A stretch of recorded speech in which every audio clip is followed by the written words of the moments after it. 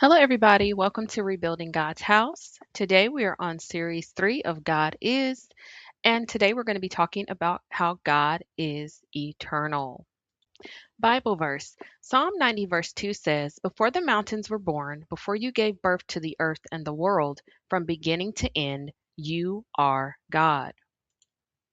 God is eternal. Psalm chapter 90, verse 2 is Moses declaring something that stretches beyond human understanding. God existed before anything else existed. Before there were mountains, before the earth took shape, before time began its first tick, God already was. This verse shows that God is not part of creation, he stands outside of it. He didn't emerge from history, he authored history. He didn't begin when the world began, he is the one who began the world. What God is eternal means. Number one, God has no beginning and no end. Psalm 90, verse 2 tells us that before the mountains were formed and before the earth was formed, God already existed. This means God is not part of creation, He existed before creation. He has no starting point, no origin story, and no moment where He began. God is eternal in both directions. He has always been and He will always be. Number two, God never changes. Because God is eternal, he is not affected by time, seasons, culture, or circumstances. He does not grow, age, evolve, or decline. The God who was God before the world began is the same God who is God today. His character is steady, his promises are secure, and his nature is unchanging. His eternity guarantees his consistency. And finally, number three, God's eternity gives us stability. Everything in life changes people, situations, emotions, environments, but God remains constant. Psalm 90, verse 2 shows us that the eternal God is our anchor, our foundation, and our security. Because he existed before all things and will exist after all things, we can trust him in every moment we face. His eternity means he is sovereign over time, history, and our lives. What God is eternal means for us today.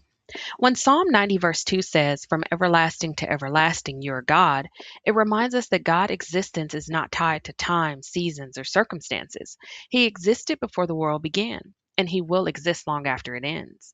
For us today, this means God is not unstable, unpredictable, or changing like everything else in life. His eternal nature guarantees that his character is consistent, his promises are secure, and his presence is constant. The God who is faithful in Scripture is the same God who is faithful now. The God who carried past generations is the same God who carries us today. His eternity gives us confidence because he does not change. We can trust him completely. God being eternal also means he sees our lives from a perspective we cannot. We experience time moment by moment, but God sees the beginning and the end at once. Nothing surprises him, nothing catches him off guard, and nothing is outside of his control. His eternal nature means he is already in our tomorrow, already aware of our needs, and already working in ways we cannot see yet. For us today, this means we don't have to fear the future or be overwhelmed by the present.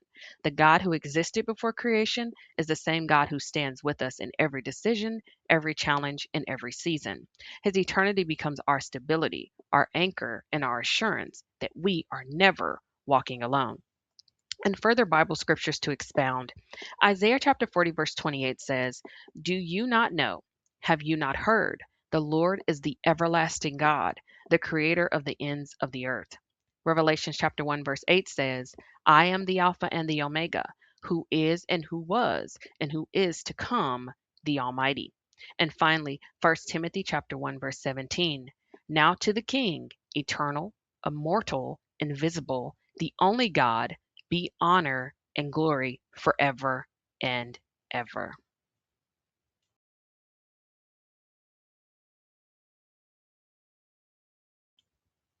All right, y'all. So that is the conclusion of video 3. This is the God Is series, and I thank you so much for watching. I really do hope that this is opening your eyes to who God is and drawing you closer to Him. This is Rebuilding God's House, and I'll see you for video 4 tomorrow.